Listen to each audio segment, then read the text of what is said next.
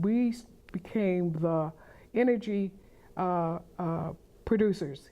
And as a result of that, we have a cause, because we feel that the people in the District of Columbia need a new grid, a new way of producing energy. It does not have to be what it is now, and it can be better. So even though Exelon has a solar farm, has wind farms, it does experiment in renewables, but it is at the same time sort of impeding the regulatory and statutory process here in the district that makes that a worthwhile venture for yes. DC customers. Yes, Let's speak to that. They want to sell it to us. They don't want it to make it for ourselves. And that's what the solar movement in DC has done, is to create a number of bills that enable people to connect to the grid, to produce their own electricity, and to finance it. And since that's happened, since 2009, the cost of going solar in DC has gone from $8 a watt installed down to below $3 a watt. Affordable. Right. And what this whole merger question is really about is the problem that it straitjackets DC ratepayers into a system, it's called the cost recovery regulatory system, which means that the utilities can charge us more every year. They can go to the public service every year and say, we had to spend more money on the grid, therefore you have to charge, we can charge the ratepayers more and more money.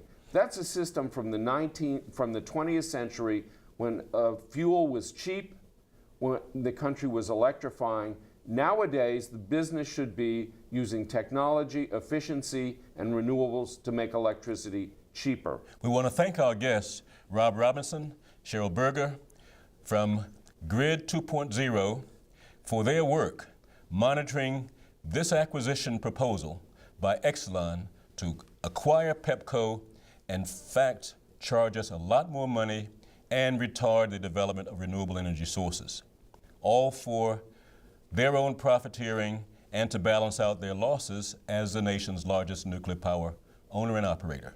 Thank you so much. Thank you, Sam. Thank you. And in order to achieve 4 corporate goals. First, to cushion the collapse in profitability of Exelon's nuclear power portfolio, which has suffered 41% in profit losses between 2008 and 2013.